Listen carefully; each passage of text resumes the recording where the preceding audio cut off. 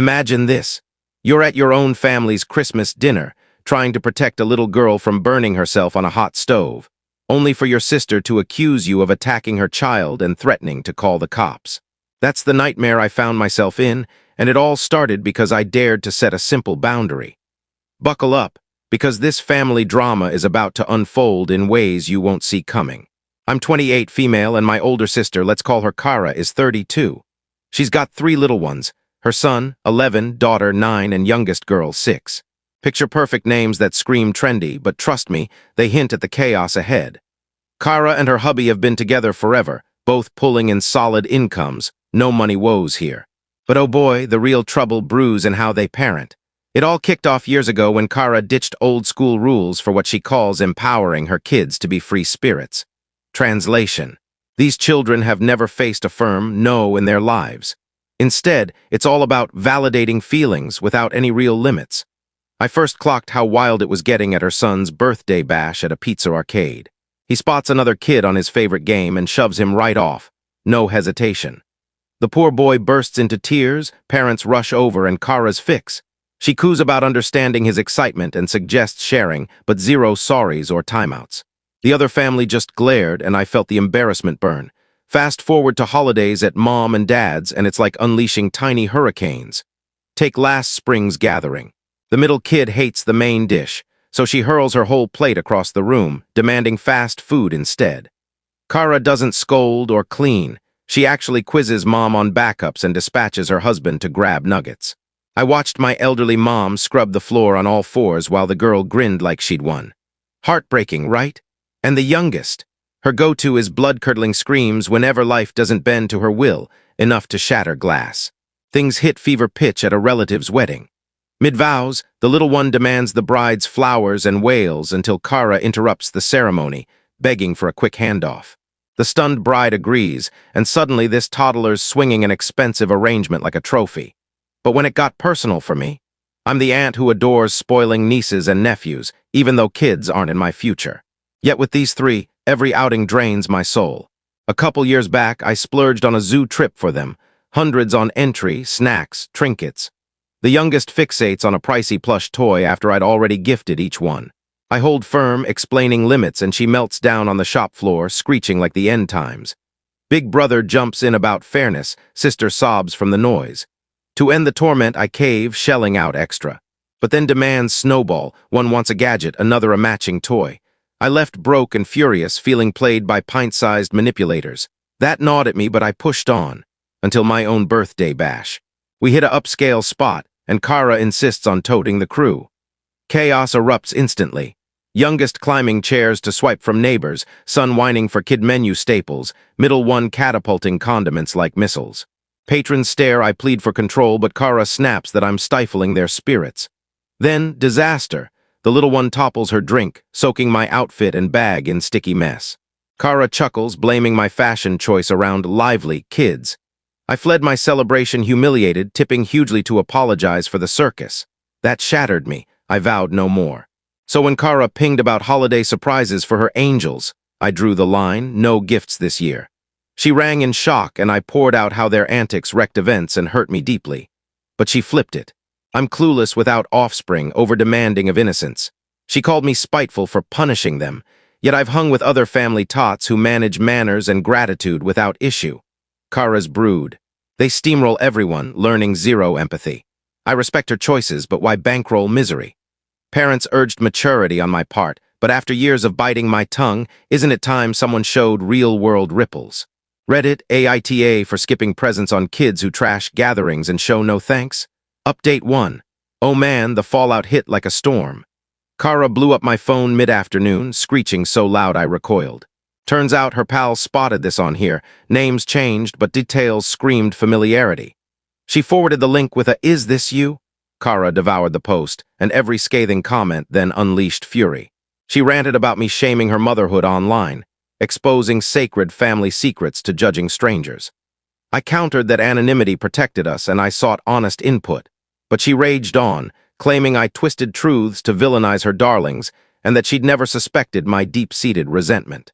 Then she escalated, dropping bombs. She shielded me from family whispers about my selfish, childless path, how true love eludes me sans kids. Her husband sees me as icy and critical. They've tiptoed out of pity. That stabbed deep. We'd always felt bonded despite clashes. But it spiraled. She looped in parents with a skewed tale of me spewing lies and mocking her children publicly. Mom rang next, crushed, questioning my betrayal of kin. She painted Kara as shattered, kids wondering why Auntie despises them. I clarified, no hate, just boundary woes. But Mom shut me down, deeming online kid-bashing unforgivable. Dad followed, fuming over family loyalty breached, insisting Kara needs support, not ridicule. He demanded remorse and deletion. I'm torn, truths stand, but public venting. Maybe a misstep. Kara forwarded brutal comments branding her a failure mom, saying they nauseated her, tainting views of her own flesh. She opened up. Her nurturing style stems from our rigid upbringing scars, anxiety, worthlessness. She swore off inflicting that fear, favoring bold, vocal offspring over cowed ones. Eye-opener, our shared childhood felt standard to me with fair rules and repercussions. Perhaps her lens differed. Now she boycotts Yuletide if I'm attending, fearing my monster gaze on her babies. Mom pleads for amends to salvage holidays. Brother weighed insensibly. Yeah, frustration valid, Kara's crew unruly, but Reddit. Risky. Suggests sorry for posting, firm on gifts. Her man stays silent to me, but Kara relays his disgust, me as fake kin, secretly scorning. He warned her of my disdain, post confirms. Worst, commenters doxed her profiles. She locked down after snarky, perfect angels digs. She fears lifelong stigma for her kids. Guilt floods. I never aimed for harassment, assumed privacy. Yet she denies realities I described faithfully. Folks noted her gentle label masks spineless permissiveness, forecasting tough futures sans lessons. Spot on, but airing laundry. Maybe poison the well worse than private stands.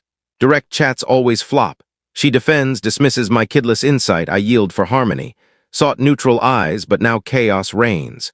Mom pushes a recant update praising Kara, Dad wants erasure. She craves public grovel admitting fabrications. Pre-holiday baking looms, but Kara's out if I'm in. Mom's gutted over broken tradition. What now? The tension's building. Update 2, holy hell, Christmas dinner exploded into utter pandemonium. I'm typing this solo at home, still reeling. Post my last, I held ground. No sorries, no takedown. Dumb for unity? Maybe, but lies weren't mine. Baking scrapped as Kara stonewalled. Mom wept, mediating futilely. Dinner teetered on cancel. Kara nixed kids near me. Dad blamed my wrecking. Mom's fix. Kara clan dines. I swing by post-departure for sweets. Banish stung, but I nodded for grandkids' sake.